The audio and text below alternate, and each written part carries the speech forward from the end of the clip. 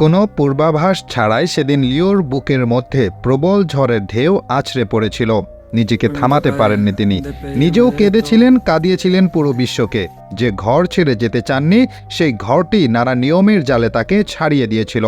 চোখের পলকে ২১ বছরের লাল নীল সম্পর্কের ইতি ঘটে। ফুটবল ক্যারিয়ারের শুরুতেই লিও চেয়েছিলেন স্থায়ীভাবে বার্সেলোনায় থাকতে। তা আর হলো না। তবে মেসি কি আর সেই সুযোগ পাবেন? চারদিকে কত আশাবাদ। আবার কি ফিরবেন মেসি বার্সেলোনায়? ২০২৪-২৫ মৌসুমে বার্সেলোনা ক্লাবের ১২৫ বছর পূর্তি উপলক্ষে লিওনেল মেসিকে সম্মানিত করার সিদ্ধান্ত নেওয়া হয়েছে।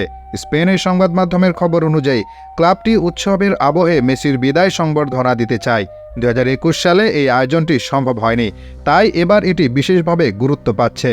বার্সেলোনা কর্তৃপক্ষ আনুষ্ঠানিকভাবে মেসিকে আমন্ত্রণ জানাবে, যদিও ন্যু ক্যাম্পের সংস্কার কাজ সম্পন্ন না হওয়ার কারণে অনুষ্ঠানটি ন্যু ক্যাম্পে হবে না।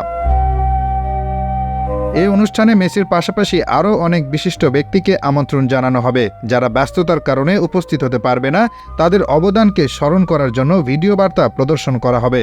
তবে মেসির আসার সম্ভাবনা নিয়ে কিছুটা অনিশ্চয়তা রয়েছে, কারণ তিনি ওই সময় ইন্টার মায়ামির প্লে অফে লড়াইয়ে থাকতে পারেন। Hasibur Rahman, daily our Bangladesh.